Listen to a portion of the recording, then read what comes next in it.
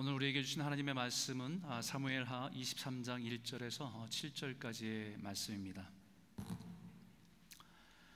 다윗 시리즈 마지막 설교가 될 것 같은데요, 오늘 이 말씀을 같이 제가 한 절 여러분이 한 절 읽도록 하겠습니다.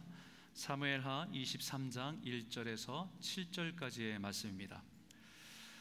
이는 다윗의 마지막 말이라. 이새의 아들 다윗이 말하며 높이 세워진 자, 야곱의 하나님께로부터 기름 부음 받은 자, 이스라엘의 노래 잘하는 자가 말하노라. 여호와의 영이 나를 통하여 말씀하시며 그의 말씀이 내 혀에 있도다. 이스라엘 하나님의 말씀하시며 이스라엘의 반석이 내게 이르시기를, 사람을 공의로 다스린 자, 하나님을 경외함으로 다스린 자여, 도는 해의 아침빛 같고 구름 없는 아침 같고 비 내린 후에 광손으로 땅에서 음이 돋는 새풀 같으리니 하시도다. 내 집이 하나님 앞에 이같이 아니하냐. 하나님이 나와 더불어 영원한 언약을 세우사 만사에 구비하고 견고하게 하셨으니 나의 모든 구원과 나의 모든 소원을 어찌 이루지 아니하시랴. 그러나 사악한 자는 다 베어질 가시나무 같으니 이는 손으로 잡을 수 없음이로다. 같이 읽겠습니다. 그것들을 만지는 자는 철과 창자를 가져야 하리니 그것들이 당장에 불살리리로다 하니라. 아멘. 여러분, 오늘 이 말씀이 오늘 다윗의 인생의 마지막 메시지고, 또 우리에게도 오늘 시리즈의 가장 마지막에 들려지는 메시지가 될 것 같습니다. 여러분, 우리 모든 말에는요 무게가 있습니다. 어떤 말은 가볍게 느껴지는 말들이 있죠. 그리고 또 어떤 말들은 굉장히 무겁게 느껴지는 말들이 있습니다. 그래서 어떤 말은 아무 생각 없이 내뱉어진 말들이 있어서 마치 깃털과 같이 거품처럼 이렇게 공중에 떠돌다가 사라지고 마는 그런 말들이 있고, 어떤 말들은 그 사람의 생각과 고민과 눈물이 담겨서 깊은 자신의 인생을 담아서 전하는 그런 말들은 누군가의 마음에 깊은 의미와 가치로 남게 되는 것을 보게 됩니다. 그런 말들 중에서 가장 그 말의 무게를 더하는 표현 중에 가장 의미 있는 것은 마지막이라는 하는 단어예요. 마지막. 한창 대화를 하다가 내가 마지막으로 말하는데 라고 하면 그 모든 것들보다 집중을 더해서 들어야 되는 그런 상황들이 되죠. 그리고 인생의 마지막 순간에 마지막으로 남기는 그 말은 그 사람이 살아오면서 남긴 어떤 말보다도 더 무겁고 중요하고 가치 있는 말이 될 것입니다. 그 짧은 마지막이라고 하는 그 단어에는 그 사람이 살아온 모든 인생이 녹아져 있기 때문입니다. 그래서 많은 유명한 사람들의 마지막 말들을 좀 찾아보니까 우리 나는 생각한다고로 존재한다라고 말했던 데카르트라고 하는 철학자는 마지막 순간에 이 말을 했대요. 자, 이제 출발해야지. 아마 그 사람의 생각은 자신이 가졌던 생각이 인생의 죽음이 끝이 아니라 새로운 삶으로의 시작인 것을 죽음의 마지막 순간에 고백했던 겁니다. 또 로마의 황제, 초대 황제였던 아우구스투스는 이런 말을 했다고 해요. 내가 인생이라는 연극에서 내 배역을 잘 연기했더냐? 그렇다고 한다면 박수를 쳐다오. 이게 마지막 말이었대요. 뭔가 인생에 대해서 자신의 역할들이 주어졌다는 것은 깨닫고 말한 것 같습니다. 종교개혁가 마틴 루터는 인생의 마지막 순간에 남긴 말은 우리가 가진 것이 아무것도 없는 빈털털이라고 하는 것은 사실이고 진리입니다. 세상에 살면서 많은 것을 가지려고 했고, 많은 것을 누리려고 했고, 많은 것을 성취하려고 했는데 자신의 인생에서 마지막 순간에 깨닫게 되는 것, 그리고 자기 주변에 있는 그 사람들에게, 가족들에게 남겨진 말은 하나님 우리에게 말하는 것처럼 진짜 우리 인생은 빈털터리처럼 아무것도 가져갈 수 없는 그런 인생이 우리의 인생이군요 라는 진리를 깨닫다라는 거죠. 한국의 김수환 추기경은 마지막으로 남긴 말이 두 마디지요. 고맙습니다. 사랑합니다. 짧은 두 마디지만 그가 평생에 가르쳤던 메시지가 다 담겨져 있는, 그리고 그것을 듣는 우리가 모든 사람들에게 우리의 삶을 다시 한번 생각해 보게 되는 그런 귀한 가치의 말이 아닐까 생각됩니다. 여러분, 만약에 우리가 이제 우리 인생이 1시간 남았다고 한다면 누구에게 무슨 말을 남기기를 원하십니까?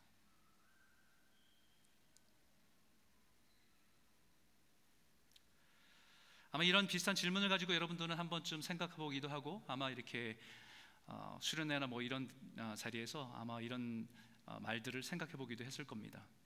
예전에 제가 수련회를 인도할 때 이 질문을 가지고 성도님들에게 나눴을 때가 있었습니다. 그때 한 분은 이런 얘기를 했어요. 만약에 1시간밖에 없다고 한다면 그동안에 자기가 아내에게 챙겨주지 못한 그동안에 예금에 관련된 아이디, 패스워드를 다 정리해서 전달해 줘야 되겠다, 뭐 이런. 왜냐하면 그게 너무 복잡하잖아요. 그러니까 그걸 정리해 주겠다는 생각도 했나 봐요. 그 얘기를 들었던 와이프는 무슨 대답을 했냐면요, 미안해요, 먼저 가요, 좋은 사람 만나요. 이게 그 와이프의 대답이었습니다. 그리고 대부분의 많은 사람들이 미안해, 고마워, 사랑해. 아주 짧은 단어지만, 짧은 표현이지만 이 모든 의미를, 삶의 모든 것들을 다 담아서 전하고 싶다라는 것이었습니다. 제가 그 중에서 가장 기억에 남는 대답이 하나가 있었어요. 그분은 젊은 사람이었습니다. 젊은 사람이 1시간밖에 남지 않고 떠난다고 상황을 생각해 보니까 이제 막 자라가는 아이들이 걱정이 된 겁니다. 그래서 그분은 어떤 대답을 했냐면, 자기가 이제 만약에 내가 1시간만 살고 이제 떠나게 되고 남겨진 아이들이 있다고 한다면 자기는 그 아이들이 지금 너무 어리기 때문에 어떤 말을 남긴다는 것도 별 의미가 없을 것 같아서 그 아이의 인생의 매 해마다 생일 카드를 미리 써놓겠대요. 그 아이가 5살이니까 이제 6살 때, 7살 때, 그래서 그 아이가 자라가면 자라갈수록 매년마다 친구를 통해서 그 생일 카드 편지를 전달해 주겠대요. 그러면서 자신이 인생에 살았을 때 그 아이의 그 나이 때에 꼭 들려주고 싶은 이야기를 그 편지에 담아서 전하고 싶다. 참 지혜로운 것 같습니다. 그럼 반대로 한 가지 더 생각해 보고 싶은 것이 있습니다. 우리가 인생을 마칠 때 내가 남기는 말도 있지만, 우리 인생을 마칠 때 누군가 우리의 인생을 바라봤던 사람이 나에게 남겨주는 말도 있을 거예요.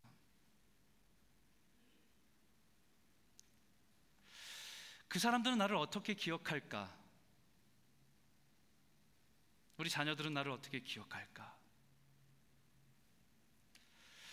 어떤 분은 이민생활에서 가족을 위해서 열심히 사는 분이라고 인정을 받을 거고, 또 어떤 분들은 자신보다 다른 사람을 위해서 헌신적으로 살아온 분이라고 인정을 받을 거고, 그리고 어떤 분은 그 사람의 삶에서 예수님, 하나님을 사랑했던 그 모습 때문에 그분은 하나님을 기뻐하고 찬양하기 좋아하셨던 분이라고 인정받을 수 있을 겁니다.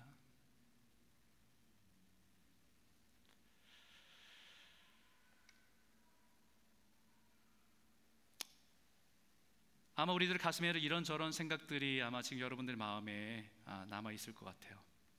오늘 우리가 읽은 성경은 다윗의 마지막 말이라는 제목이 붙어 있습니다. 다윗의 마지막 말이라. 자신의 인생을 마지막을 느끼면서 자손에게, 또 백성들에게, 또 이 시대를 살아가는 같은 믿음을 가진 우리들에게 남겨주는 말이라고 할 수 있습니다. 우리는 그런 마음을 가지고 한번 다윗이 이 말씀을 남긴 그 말을 우리 가슴으로 품으면서 한번 같이 한번 읽어봤으면 좋겠습니다. 1절인데요, 함께 읽겠습니다. 시작. 이는 다윗의 마지막 말이라. 이새의 아들 다윗이 말하며 높이 세워진 자, 야곱의 하나님께로부터 기름 부음을 받은 자, 이스라엘의 노래 잘하는 자가 말하노라. 첫 번째 여러분들과 나누고 싶은 주제는 이겁니다. 내가 인생의 마지막에 내 자신을 돌아보면서 남기는 마지막 말은 어떤 것일까? 여기 다윗은 자신의 인생을 돌아보면서 자신의 인생에 대해서 의미를 이렇게 정리해서 표현했습니다. 높이 세워진 자,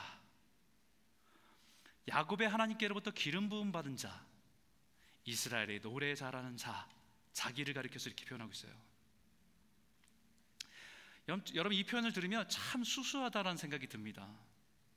한 나라의 왕인데 얼마든지 자신을 표현할 만한, 수식할 만한 단어들, 표현들이 많을 텐데, 블레셋의 가장 위대한 용사 거인 골리앗을 물맷돌로 쓰러뜨린 자, 그렇게도 얼마든지 표현할 수 있잖아요. 통일 이스라엘을, 방황하는 통일 이스라엘을 통일해서 거기에 초대 왕이 된 자, 이스라엘의 가장 많은 땅을 정복한 위대한 왕,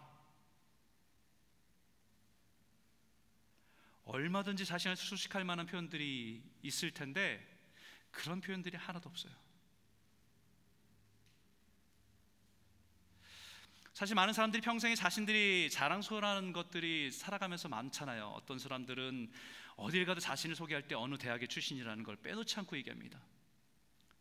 심지어는 어느 대학에 수석으로 입학하고 수석으로 졸업했다는 것도 빼놓지 않고 얘기합니다. 그것이 자기 자랑이고 자기를 사람들에게 인정받고 싶은 어떤 욕심이기 때문에, 어느 기업의 대표였다는 것, 심지어는 한인회의 회장을 역임했다는 것, 뭐 이런 것들도 우리를 굉장히 자부심을 느끼게 하는 것이기 때문에 자신을 수식하는 표현들로 많이 가지고 있죠. 그런데 누구보다도 이런 명성과 업적 있는 다윗이 자신의 인생을 돌아보면 자신을 표현하는데 너무 수수합니다. 하나님께 붙들려서 높이 세워진 자, 야곱의 하나님께 기름 부음 받은 자, 이스라엘에서 노래 좀 하는 사람, 이런 뜻이에요. 여러분, 이 세 가지 표현이 자신에 대한 표현이긴 한데 여기에 함축된 내용은 하나입니다. 하나님의 은혜로 살았습니다.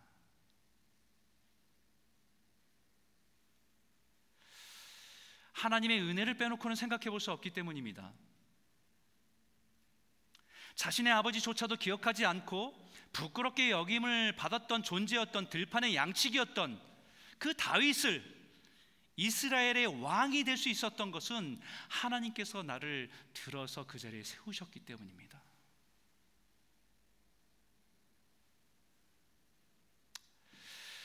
그 자체가 기적이고 그 자체가 하나님의 은혜입니다.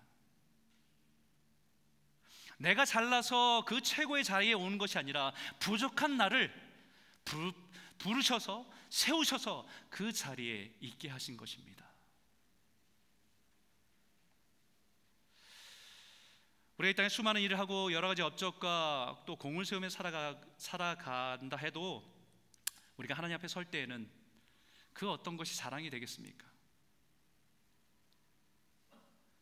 한 나라를 세운 것도, 한 기업을 일으킨 것도, 전쟁에서 위대한 승리를 한 것도 하나님 앞에서는 아무런 자랑이 되지 못합니다.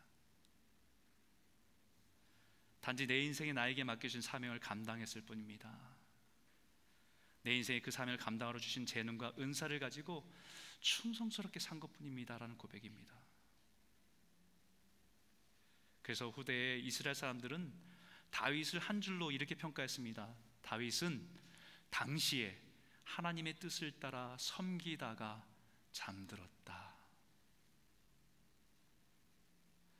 이 말 그대로 다윗의 시대에, 다윗이 살았던 그 시대에 하나님의 뜻을 따라서 섬기다가, 왕으로든 장군으로든 어떤 종으로든 섬기다가 잠든 것입니다.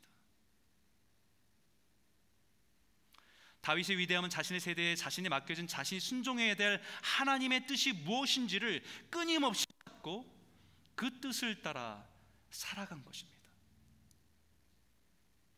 요셉은 요셉의 시대에 하나님의 뜻을 쫓고 살아오다가 이집트에 팔려가기도 하고, 하지만 그곳의 국무총리가 되고 이스라엘을 이집트로 인도하는 역할로 살아온 거지요.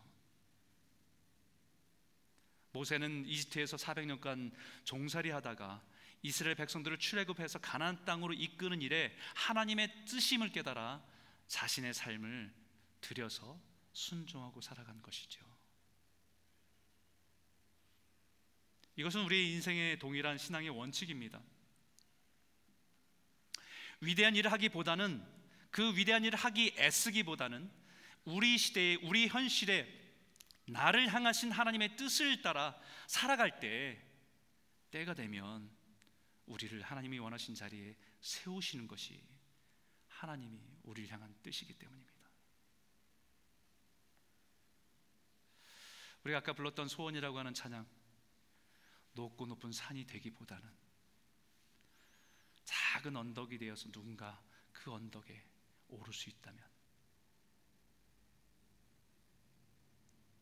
하나님 우리가 어떤 세상의 대단한 인물로 높은 산이 되기를 원하시는 것이 아니라 우리에게 주어진 인생 속에서 하나님의 뜻을 따라서 순종할 때 높이기도 하고 낮추시기도 하는 것이 주님의 뜻이기 때문입니다.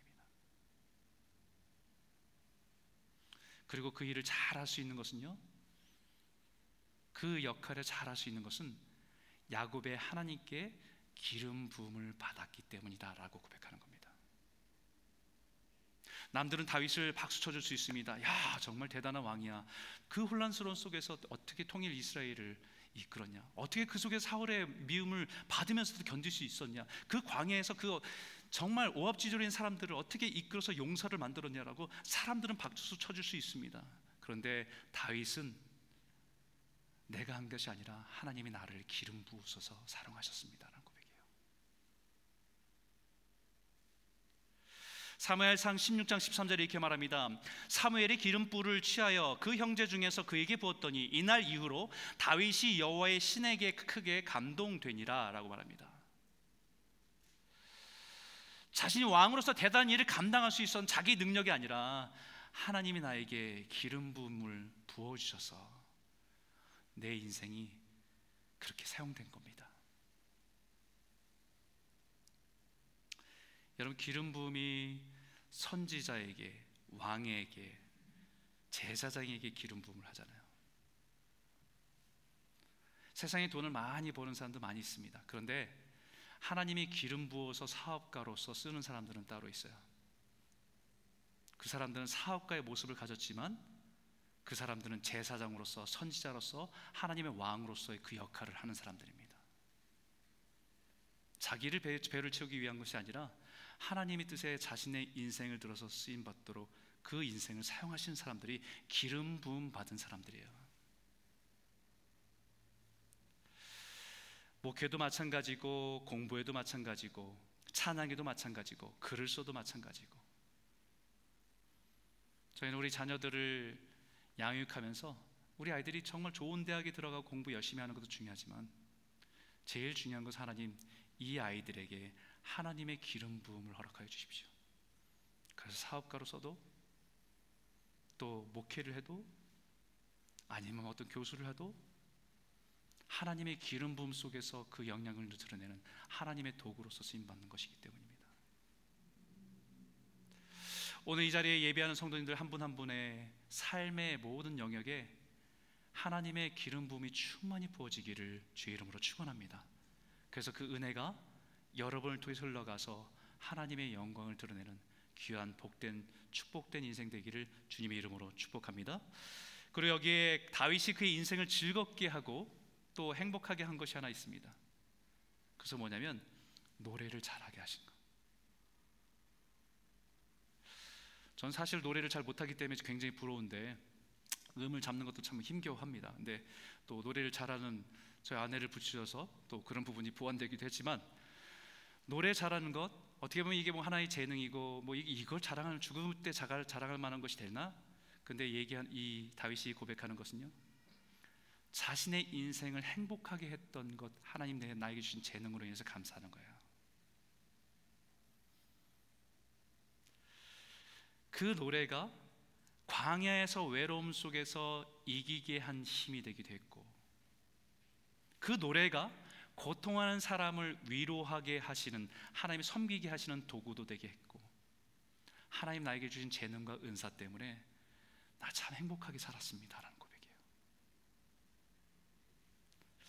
어떤 사람에게는 음식을 잘하게 하신 것이 있을 수 있고, 또 어떤 사람이 그림을 잘 그리고, 또 정원을 잘 가꾸고, 운동을 잘하고, 여러 가지 하나님 주신 그런 재능과 은사를 통해서 우리 인생의 마지막에 돌아볼 때 하나님 주신 은사로, 재능으로 나 참 행복하게 살았습니다.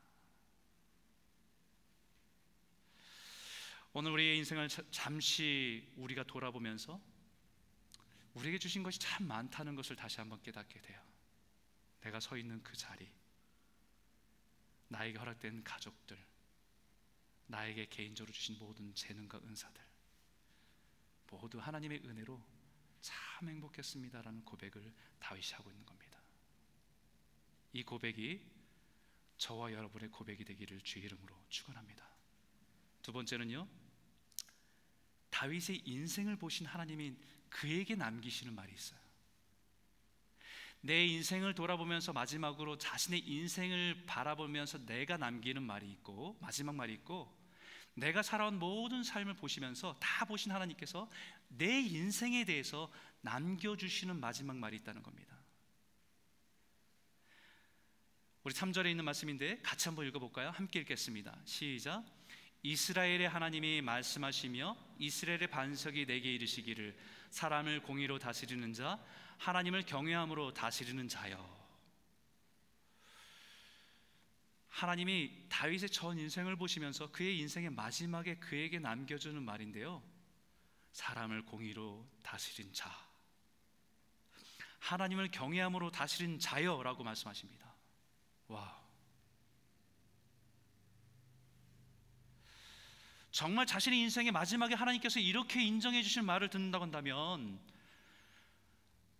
여러분 어떻겠습니까? 가슴 벅찰 것 같아요.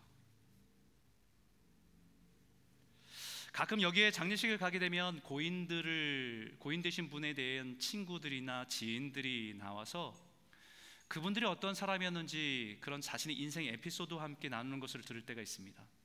친구로서, 동료로서 그와 함께 살아왔던 모든 사람들이 그의 인생의 아름다움들을 말하는 것을 많이 듣게 돼요.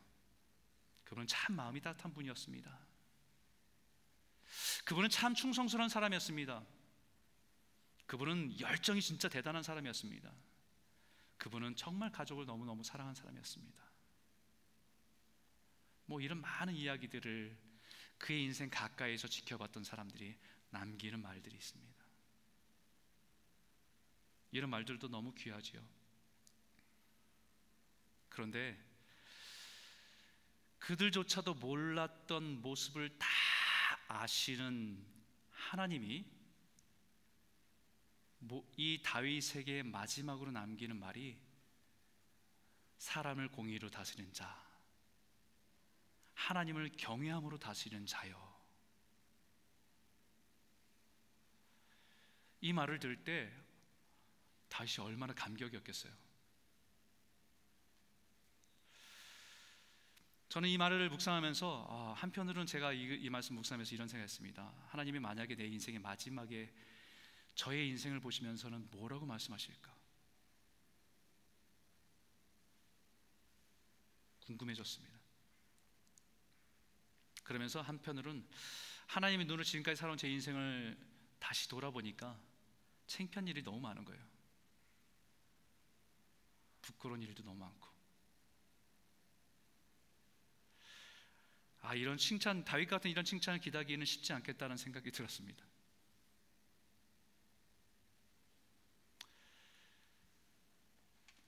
제가 볼 때도 참 부끄럽고 아쉬운 것이 참 많았다는 것 제가 스스로 잘 알기 때문이에요. 그러나 문득 그 순간 다시 들은 마음이 들었습니다. 다윗도 그런 마음이었겠다는 생각이 갑자기 들었어요.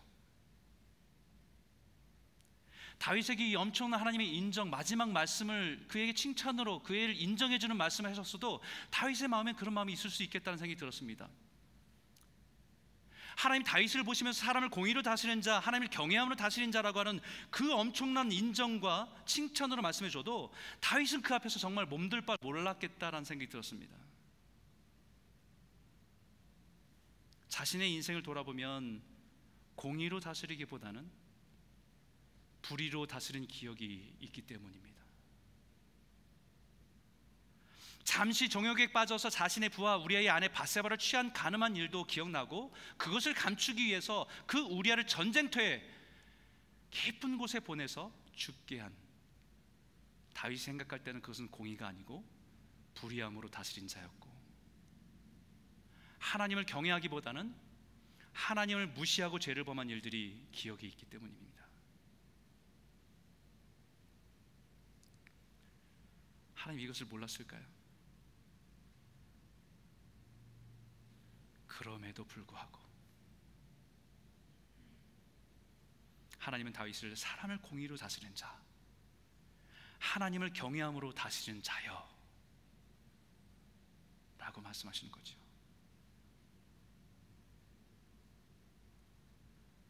죄를 범하고 불의함 속에 살았을 수 있지만 하나님께 은혜를 구하고 용서를 구하고 회개한 자에게 창녀같이 살았어도 처녀로 대하신 하나님, 하나님 그 모든 것을 하나님의 긍휼로 자비로 용서하시고 그를 공의롭게, 그의 중심에 있는 하나님을 향한 그 마음, 그것을 크게 보시면서 인정해 주신 거구나.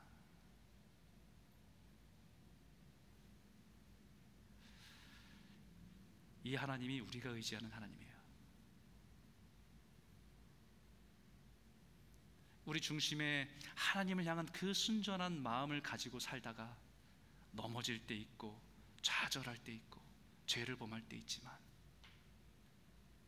하나님께서는 그 우리의 중심에 있는 하나님을 향한 마음, 그것이 순수하다고 한다면 하나님은 공의를 행하는 자, 하나님을 경외하는 자로 다스린 자, 이렇게 보시는 분이 우리가 믿고 의지하는 하나님입니다. 하나님은 다윗의 인생에 하나님 마음에 이런 존재였다는 것을 더 구체화시켜서 우리에게 말씀해 줍니다. 이 말씀입니다. 같이 한번 읽어볼까요? 함께 읽겠습니다. 시작. 그는 돋는 해의 아침빛 같고 구름 없는 아침 같고 비 내린 후의 광선으로 땅에서 음이 돋는 새풀 같으니라 하시다. 여러분, 하나님은 다윗의 인생에 완전하진 않지만 그의 중심에 있는 모티베이션을 가장 중요하게 여기십니다. 내 마음에 합한 자라고 말씀하실 때 하나님의 보시는 것은 우리 마음의 중심에 있는 동기입니다. 그 일을 왜 하려고 하는지의 동기입니다. 이 순수한 동기를 가지고 어떤 일을 하다가도 잘못된 결과를 낳아도 하나님은 그 동기가 순수하고 진실하다고 한다면 하나님이 인정하십니다. 내 마음이 아프다고. 하나님이 다윗의 인생에서 하나님을 경외하고 하나님을 사모하는 마음을 보시면 너무 귀하게 여기신 거예요. 그 마음이 마치 이 그림 같다고 말씀하시잖아요. 하나 보여주시겠습니까?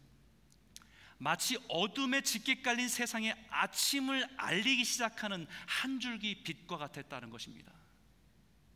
또 하나는 뭡니까? 먹구름이 가득한 하늘에 구름 사이에 비치는 한 줄기 빛처럼 다윗의 인생이, 다윗의 마음이 하나님 보실 때는 그랬다는 거예요. 또 하나는 메마른 땅에서, 생명력이 없는 그런 메마른 땅에서, 죽은 것 같은 고목에서 다 죽었다라고 생각하는 그 속에서 생명력을 가지고 돋아나는 새풀과 같았다는 겁니다. 여러분, 다윗의 세대는 사사기의 연장선입니다. 마지막 사사였던 사무엘, 그 사무엘을 통해서 하나님의 등불이 다윗에게 비춰져서 그 이 하나님의 영광을 드러내는 일이 시작되게 하신 것이 새로운 시대가 열린 거예요. 깜깜한, 어디에도 진리를 찾아볼 수 없는, 어디에도 하나님에 대한 경외함을 찾아볼 수 없는 그 시대 속에서 하나님을 향한 그 순전한 마음을 가지고 살았던 그 다윗의 그 순전한 마음을 보시고 마치 어둠을 깨고 빛이 드러나는 것처럼, 짙은 먹구름 속에서 한 줄기 빛이 하늘에서 비춰주는 것처럼, 다 죽었다고 소망 없는 그 고목에서 새순이 돋는 것처럼, 하나님은 다윗을 볼 때마다 내 마음에 너는 그런 존재였어 라고 말씀하는 거예요.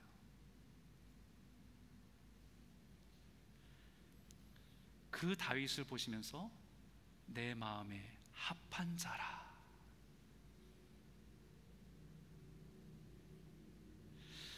예수 그리스도의 보혈로 죄사함을 받은 자는 도덕적으로 완전하고 윤리적으로 흠이 없는 사람이 아닙니다. 하나님의 은혜를 알고 하나님의 은혜에 반응하는 자입니다. 완전하진 않지만 우리 마음의 중심에 하나님을 사모하는 그 마음으로 살아가는 그 사람을 하나님 내 마음에 합한 자다라고 말씀하시는 거죠.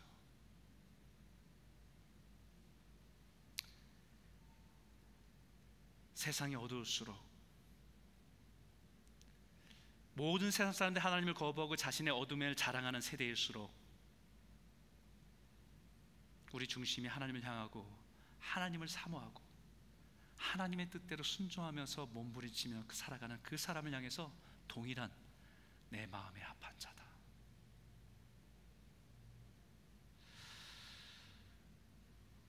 우리가 각자의 살아가는 삶은 다양할 수 있지만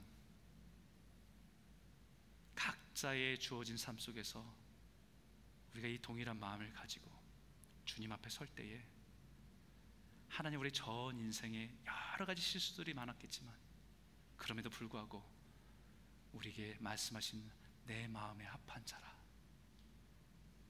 이 마지막 하나님의 칭찬이 저와 여러분의 인생 가운데 선포되어지는 귀한 은혜가 있기를 주의 이름으로 축원합니다. 세 번째는요, 사랑하는 자녀에게 남기는 마지막 말이 있어요. 오늘 본문에는 없지만 역대상 28장, 이 다윗이 자신이 사랑하는 솔로몬에게 남기는 말입니다. 이 말씀 한번 같이 한번 읽어볼까요? 함께 읽겠습니다. 시작. 내 아들 솔로몬아, 너는 내 아버지야 하나님을 알고 온전한 마음과 깊은 뜻으로 섬길지어다. 여호와께서는 모든 마음을 감찰하사 모든 의도를 아시나니 내가 만일 그를 찾으면 만날 것이요 만일 내가 그를 버리면 그가 너를 영원히 버리시리라. 자신 사랑한 솔로몬에게 첫 번째 당부하는 말이, 그에게 마지막 남기는 첫 번째 말이 Knowing God, 하나님을 알아야 한다. 아무리 믿음의 가정에 자라고 어릴 때부터 교회를 나오고 예배에 다니는 그 자녀라고 할지라도 Knowing God, 하나님을 알아야 한다. 이것은 지식적으로 자신의 그런 교회에 다녔던 문화로 아는 것이 아니라 인격 대 인격으로 하나님을 경험하는 것이 반드시 있어야 한다라는 것을 가르치는 겁니다. 저희도 늘 기도 제목이 이거예요. 목회자 자녀들이기 때문에 우리 자녀들 얼마나 교회에 자주 옵니까? 부모 따라서 연습할 때도 오고 준비할 때도 오고 금요일 날도 오고 무슨 모임이 있을 때도 오고. 그런데 우리의 기도는 이 아이들이 하나님을 만나고 인격적으로 알아야 한다는 것을 기도해야 한다는 거예요.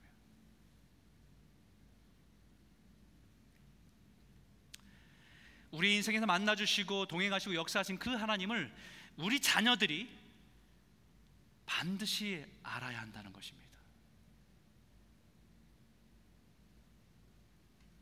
그 하나님께 다윗처럼 온 마음을 다해서, 뜻을 다해서, 마음을 다해서, 목숨을 다해서 주를 찾고 주를 섬길 때 하나님은 반드시 만나주신 분이시다.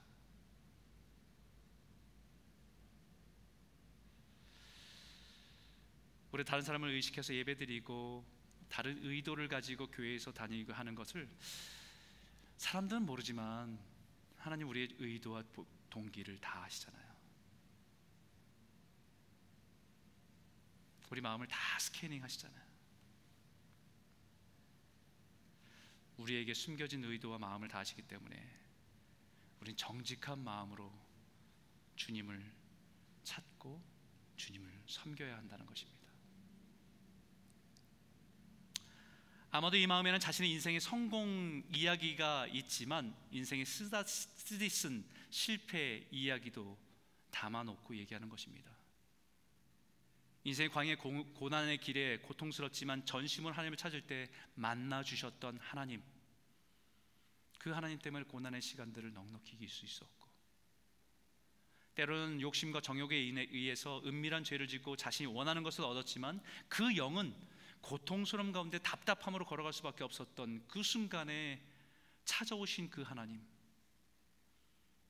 앞에 모든 것을 고백하고 회개하고 용서받은 그 은혜. 그래서 다윗은 자신의 자녀, 사랑한 자녀 마지막 솔로몬에게 이 말을 남기는 겁니다. 그리고 마지막에 인생의 마지막 감사 기도를 솔로몬을 위해서 기도하는데 이렇게 기도하죠. 또 내 아들 솔로몬에게 정성된 마음을 주사 주의 계명과 권명과 율례를 지켜 이 모든 일을 행하게 하시고 내가 위하여 준비한 것으로 성전을 건축하게 하옵소서 하였더라. 다윗은 자신의 세대 속에서 하나님의 뜻을 쫓아 마음을 다해 섬기며 살아가게 하셔서 그가 한 일은 나라를 세우는 일이었고 예배를 회복하는 일이었다고 한다면, 이제 솔로몬의 시대 하나님의 뜻을 찾고 그 안에 그가 순종하면서 하는 일은 하나님의 성전을 짓고 하나님의 영광을 드러내는 일에 쓰임받아야 함을 얘기하는 것이지요. 다윗은 자녀인 솔로몬에게 재산과 부귀 영화를 남겨주고 싶은 것이 아니라 하나님을 향한 믿음과 사명을 꼭 남겨주고 싶었던 겁니다.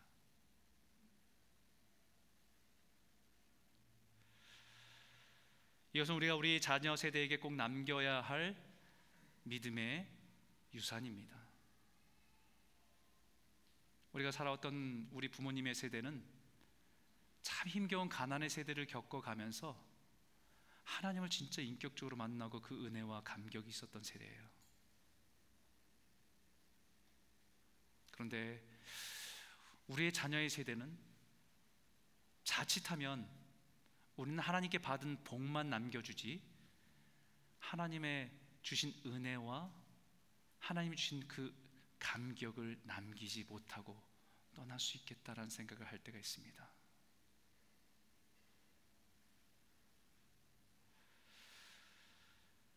오늘 이 자리에 예배하는 저와 여러분의 삶을 통해서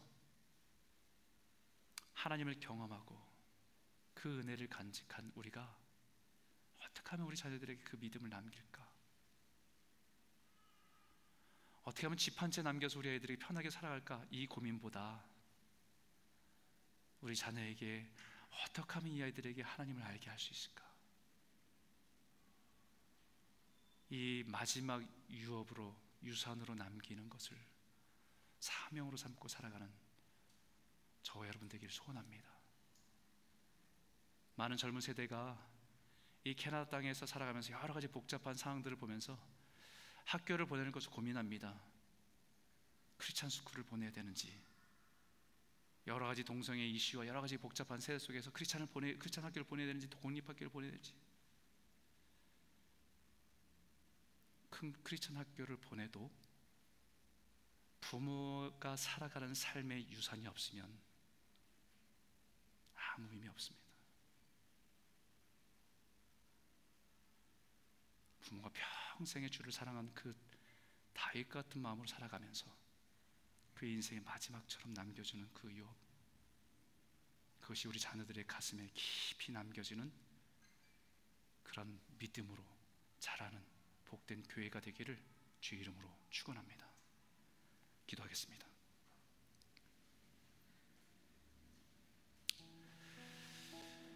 오늘 이 말씀을 가지고 같이 기도하기 원합니다. 하나님, 우리가 살아온 삶을 돌아보며 우리가